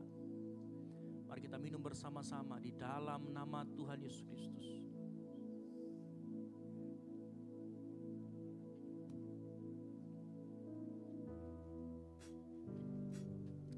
Mari katakan terima kasih Tuhan Yesus. Bilang terima kasih Tuhan. Terima kasih Yesus. Terima kasih, terima kasih. Katakan terima kasih Tuhan. Angkat suaramu, berterima kasih sama Tuhan karena kebaikannya, karena penebusannya. Thanks Lord, terima kasih Tuhan. Terima kasih Tuhan. Terima kasih Yesusku, terima kasih Yesusku. Puji syukur hanya bagi Tuhanku.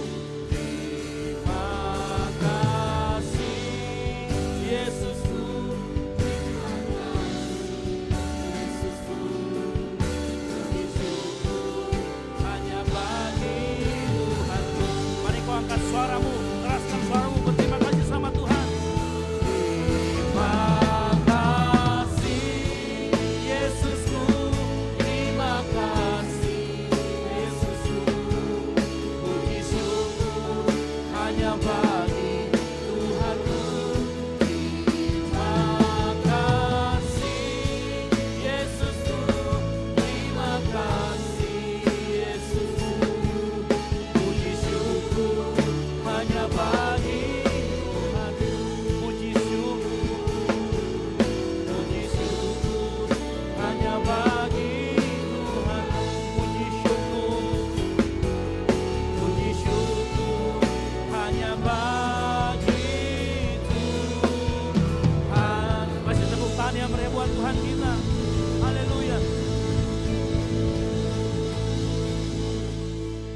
Bapa di surga, Engkau mendengar setiap jeritan suara hati kami Tuhan. Kami yakin dan percaya Engkau Tuhan yang menyelidiki hati kami. Oleh karena itu terus murnikan motivasi kami Tuhan. Terus murnikan kami, bongkar setiap ekspektasi yang salah, gambaran yang salah tentang Tuhan yang ada di pikiran kami Tuhan. Sehingga kami bisa lebih dalam kenal dengan Tuhan. Bapa di surga, kami mengucap syukur buat firman Tuhan yang disampaikan malam hari ini. Di tengah memperingati kebangkitan-Mu, Engkau berbicara keras kepada kami tentang penderitaan. Kami mengerti bahwa kalau Engkau menderita, kami sebagai umat-Mu juga akan menderita. Tetapi kami yakin dan percaya, Roma 8 ayat 28 berkata, sebab Tuhan Allah bekerja dan Engkau terus bekerja melalui penderitaan kami, memurnikan motivasi kami, membongkar ekspektasi kami yang salah, dan membawa masuk kami kepada kemuliaan semakin serupa dengan Kristus. Bapa di surga, hamba-Mu selesai berbicara, tapi Engkau akan terus berbicara dalam hati anak-anak-Mu. Kembali mengingatkan mereka bahwasannya mereka diciptakan untuk kemuliaan Tuhan. Terima kasih Bapa di surga. Ini menjadi doa kami, sambut dan sempurnakan di dalam nama Tuhan Yesus Kristus yang diberkati firman Tuhan. Sama-sama katakan amin. Baik, silakan dulu Bapak Saudara sekalian. Terima kasih kepada Pastor Esther yang telah memberitakan kebenaran firman Tuhan. Kiranya semakin diberkati lagi dan dipakai dalam pelayanan keluarga dan juga pekerjaannya. Dan biarlah setiap firman Tuhan yang datang pada kita malam hari ini bisa memberkati, dan setiap dari kita juga menjadi pelaku-pelaku kebenaran firman Tuhan yang percaya. Katakan amin. Tiba saatnya kita akan memberikan persembahan syukur kita. Di depan saudara sekalian telah tersedia 2 amplop. Amplop yang pertama untuk operasional pastori dan amplop yang kedua untuk kas gereja. Alur persembahan akan diatur oleh Aser, teman-teman Aser, yang akan dimulai dari sebelah kiri saya, tengah, kemudian disusul sebelah kanan saya. Sebelum dari itu, mari kita dalam doa, kita berdoa. Kami bersyukur Bapa atas kasih-Mu selalu nyata dalam kehidupan kami. Kami bersyukur Tuhan, pada hari ini Tuhan kami telah selesai mendengarkan sebagian kecil dari kebenaran firman-Mu. Biarlah apa yang disampaikan Tuhan dapat membaharui setiap hati kami Tuhan, dan setiap kami Tuhan menjadi pelaku-pelaku kebenaran firman-Mu. Berkati juga PSRS yang telah memberitakan kebenaran firman-Mu, kiranya semakin diberkati dan dipakai lagi Tuhan dalam keluarga, pekerjaan, dan juga dalam pelayanannya Tuhan. Tuhan, kami yakin dan sepakat Tuhan bahwa kasih setiamu selalu lebih besar, selalu baru Tuhan dari apa yang kami berikan Tuhan. Oleh daripada hari itu Tuhan, dari hari ini Tuhan kami ingin memberi Tuhan dengan hati yang tulus dan penuh dengan sukacita. Kiranya apa yang ditabur di tempat ini Tuhan dapat menjadi pelebaran kerajaan firman-Mu. Inilah menjadi doa kami, sempurnakanlah. Yang percaya sama-sama kita katakan amin. Selamat memberi, Tuhan Yesus memberkati.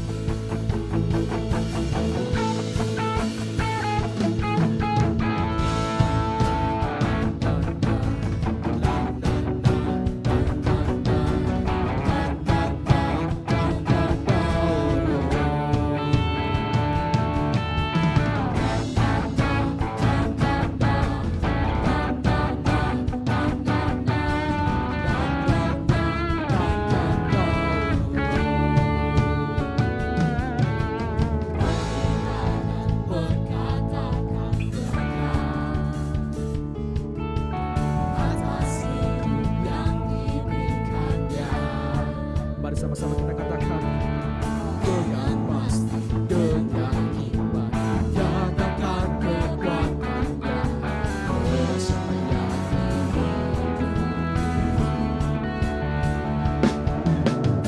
silakan katakan berkat atas hidupku, yang diberikannya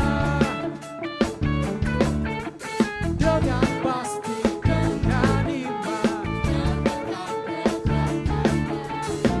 Dahsyatnya di hidup, dahsyatnya dalam hidupku.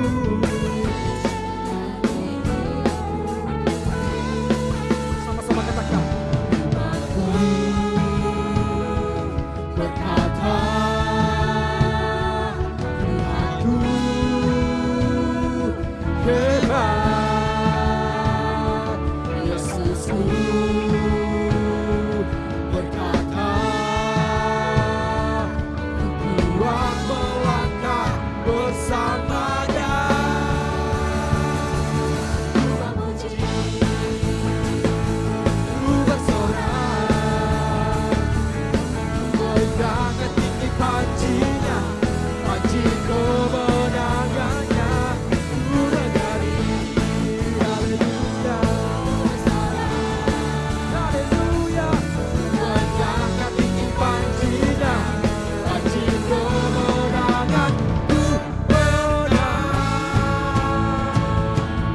Memberikan persembahan saudara untuk bangkit berdiri. Mari sama-sama kita bersorak bagi Tuhan kita.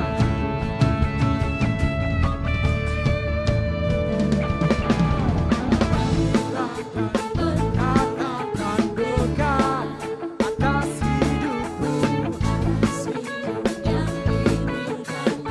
Mari sama-sama dengan pasti kita katakan.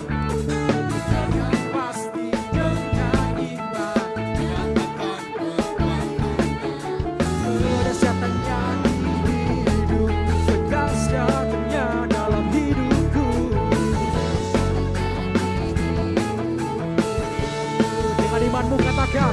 Imanku berkata, Tuhanku hebat,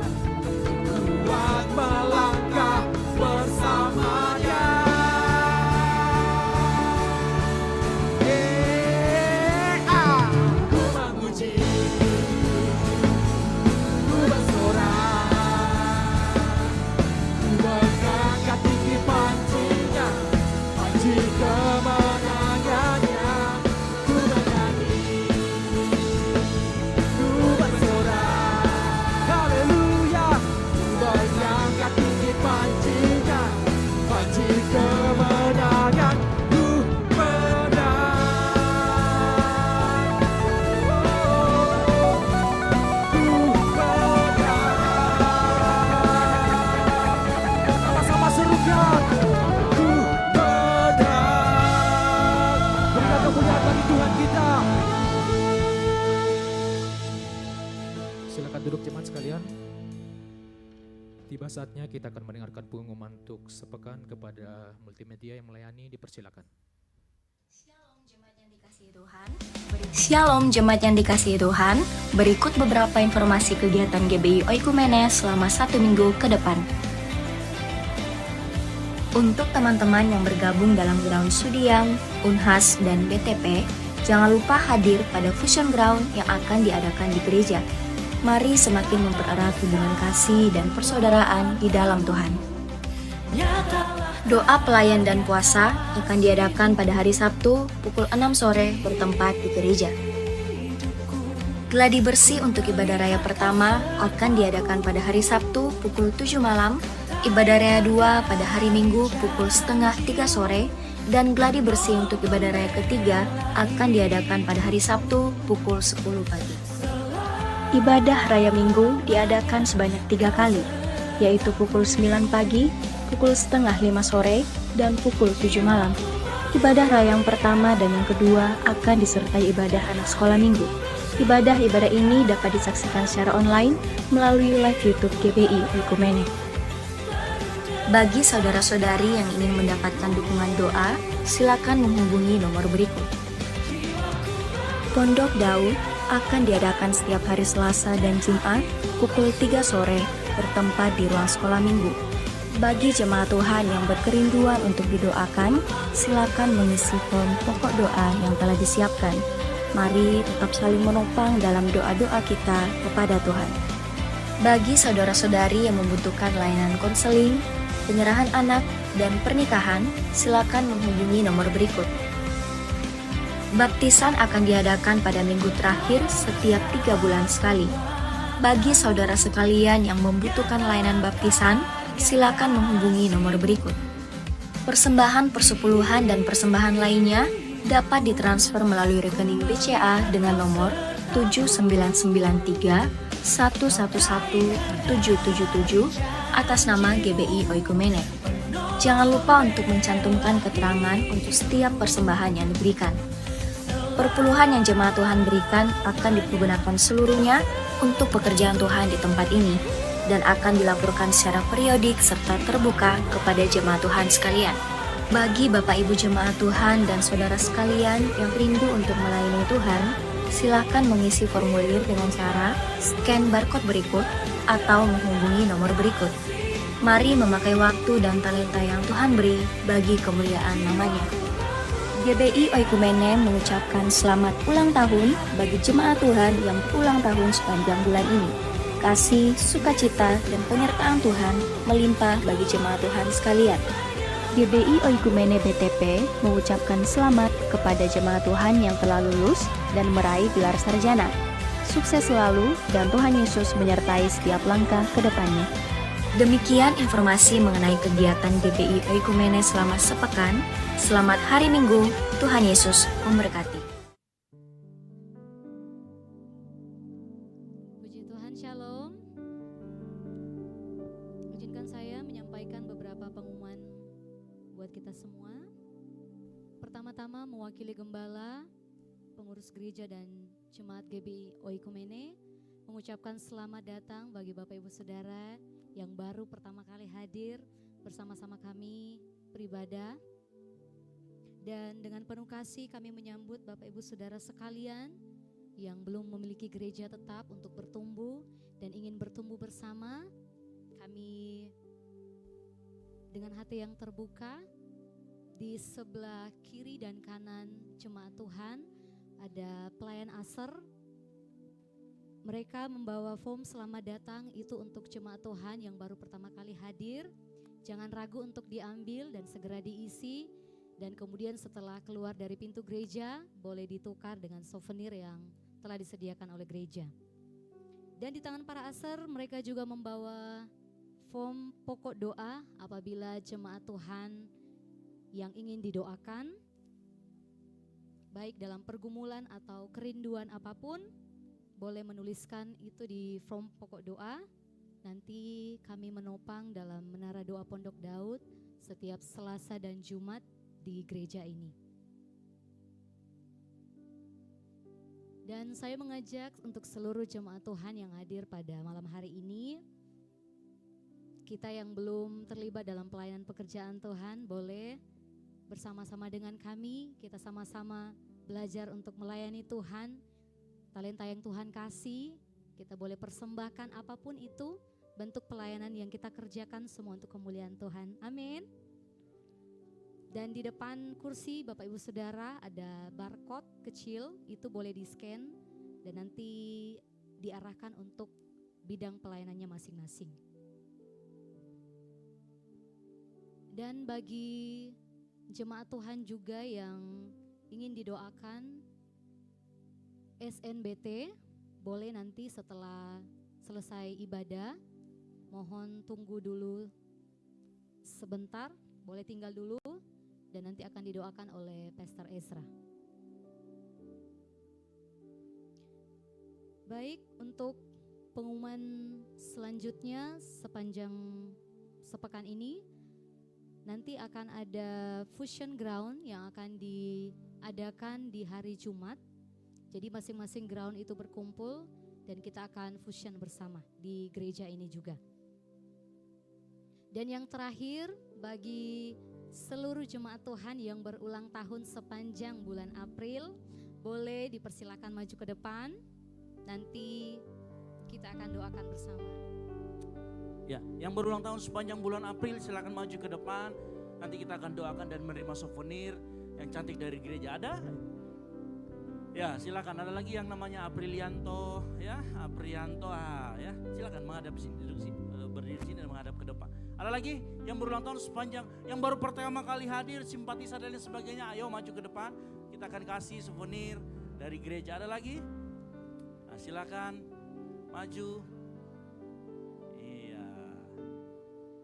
Oh, kan banyak kan? Nah, ada lagi yang berulang tahun sepanjang bulan April. Ayo maju, jangan malu-malu. Ayo, ada lagi. Hadiahnya banyak kok. Ya. Ada lagi? Loh, kok balik lagi? Enggak apa-apa, silakan. Maju aja. Enggak apa-apa. Ih, saya cuma berkunjung di sini, enggak apa-apa. Berkunjung juga kita kasih. Ya, maju lagi. Ada lagi?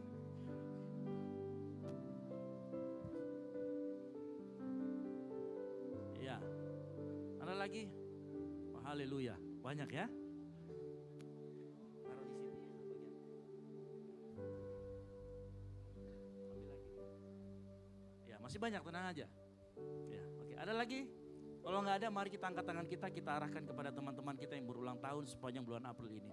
Bapa di surga, kami mengucap syukur dalam nama Tuhan Yesus Kristus.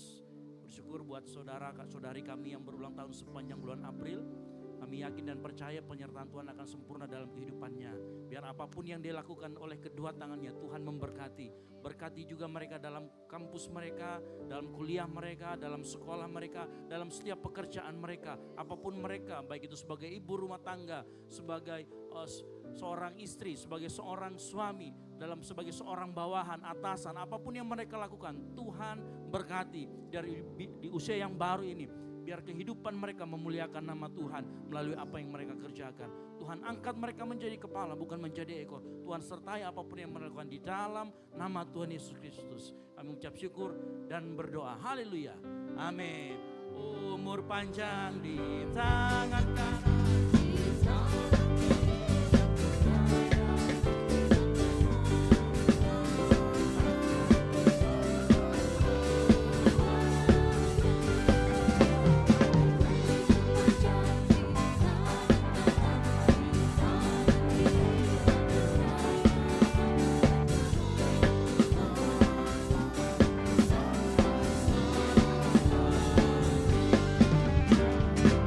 Umur panjang di tangan kanan.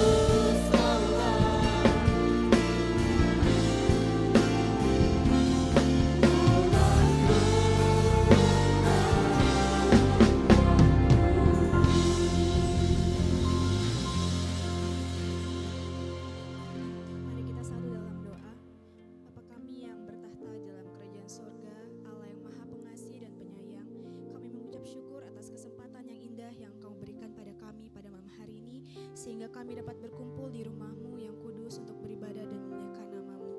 Tuhan, terima kasih karena kubur kosong menjadi bukti bahwa maut telah dikalahkan. Kebangkitan-Mu bukan hanya sekedar cerita, melainkan harapan hidup bagi kami pada hari ini. Biarlah kuasa kebangkitan-Mu dapat memulihkan semangat kami yang patah, menyembuhkan hati kami yang luka, dan membangkitkan iman kami yang sempat layu. Kami berdoa, biarlah melalui ibadah ini, iman kami semakin diteguhkan. Kiranya firman-Mu yang kami dengar tidak berlalu begitu saja, tetapi tertanam dan membuahkan hasil dalam kehidupan sehari-hari kami. Tolonglah kami Tuhan, agar kami dapat mampu menjadi pelaku firman-Mu, bukan hanya sebagai pendengar saja. Kami juga berdoa bagi hamba-Mu yang telah menyampaikan kebenaran-Mu, kiranya urapan-Mu terus menyertai kehidupannya. Kami juga berdoa bagi setiap pelayan Tuhan yang telah mengambil waktu untuk melayani-Mu pada hari ini, kiranya pelayanan mereka dapat menjadi persembahan yang harum bagi-Mu. Biarlah setiap talenta yang Tuhan telah beri kepada mereka dapat dipergunakan untuk memuliakan nama-Mu. Tuhan Yesus, kami membawa seluruh jemaat Tuhan yang hadir pada malam hari ini ke dalam tangan-Mu yang penuh kasih. Berkatilah setiap pribadi mereka, kiranya damai sejahtera-Mu dan sukacita-Mu Kau limpahkan bagi mereka ya Bapa. Kami juga berdoa bagi jemaat Tuhan yang mungkin pada hari ini memiliki pergumulan baik dalam kesehatan mereka, ekonomi mereka, keluarga mereka maupun pekerjaan mereka. Kami mohon Tuhan, kiranya Engkau memberikan kekuatan, jalan keluar, dan pertolongan yang terbaik bagi mereka. Jamahlah yang sakit, hiburkanlah yang berduka, dan cukupkan yang kekurangan. Kami teringat juga akan setiap jemaat Tuhan yang tidak sempat hadir pada hari ini. Mungkin mereka sedang mengalami kelemahan tubuh, kesibukan pekerjaan, maupun karena kelalaian mereka. Kiranya Tuhan jamah hati mereka, berbicara dalam hidup mereka, dan Engkau memberikan kekuatan serta kerinduan untuk bersekutu bersama-sama di tempat ini. Kami juga berdoa bagi jemaat Tuhan yang sedang menyaksikan ibadah ini secara online melalui platform manapun. Biarlah Tuhan memberkati mereka sama seperti Tuhan memberkati kami yang hadir pada hari ini. Tuhan, kami juga berdoa bagi bangsa negara kami Indonesia. Kiranya damai sejahtera dan keadilan senantiasa memerintah pada negara kami. Secara khusus kami berdoa bagi kota kami, kota Makassar. Kiranya Engkau memberikan kota kami keamanan, kedamaian, dan hidup bertoleransi. Kami rindu kota kami, negara kami akan mengalami hujan pertobatan. Biarlah banyak orang yang mengaku Engkau sebagai Tuhan dan Juru Selamat dalam kehidupan mereka. Berkati juga setiap pemimpin dan jajarannya. Tuhan memberikan mereka hikmat, wahyu, marifat dalam memimpin negara ini. Kami juga membawa setiap keluarga kami yang berada di kampung, di kota, kiranya perlindungan Tuhan sempurna atas kehidupan mereka. Kami juga tak lupa berdoa bagi Ibu Gembala kami dalam masa tuanya, kiranya Tuhan memberikan kekuatan dan kesehatan bagi Ibu Gembala kami. Kami juga berdoa buat pemimpin kami, Pastor Esra dan Kak Debbie. Tuhan memberkati keluarga mereka, pekerjaan mereka, dan usaha yang mereka jalani. Biarlah kehidupan mereka dapat menjadi berkat bagi sekitarnya. Tak lupa juga Tuhan, kami berdoa buat adik kekasih kami Dev Tuhan, dalam masa pertumbuhannya, kiranya Tuhan selalu melindungi adik kekasih kami, memberikan kesehatan selalu. Biarlah adik kekasih kami bertumbuh menjadi anak yang takut akan Tuhan. Tak lupa juga kami berdoa buat leader kami, Pastor Peter dan keluarganya. Biarlah berkat dan perlindungan-Mu melimpah atas kehidupan mereka. Kami berdoa juga buat gereja kami, GBI Oikumene, biarlah gereja kami menjadi berkat dan terang bagi lingkungan sekitar. Kami juga berdoa buat gereja-gereja yang berada di sekitar kami, baik yang jauh maupun dekat. Walaupun kami berbeda denominasi, tapi kami memiliki tujuan yang sama untuk memenangkan banyak jiwa untuk kemuliaan nama-Mu. Kami juga menyerahkan setiap kegiatan gereja kami selama sepekan ini, kiranya Tuhan sertai dan berkati setiap kegiatan kami.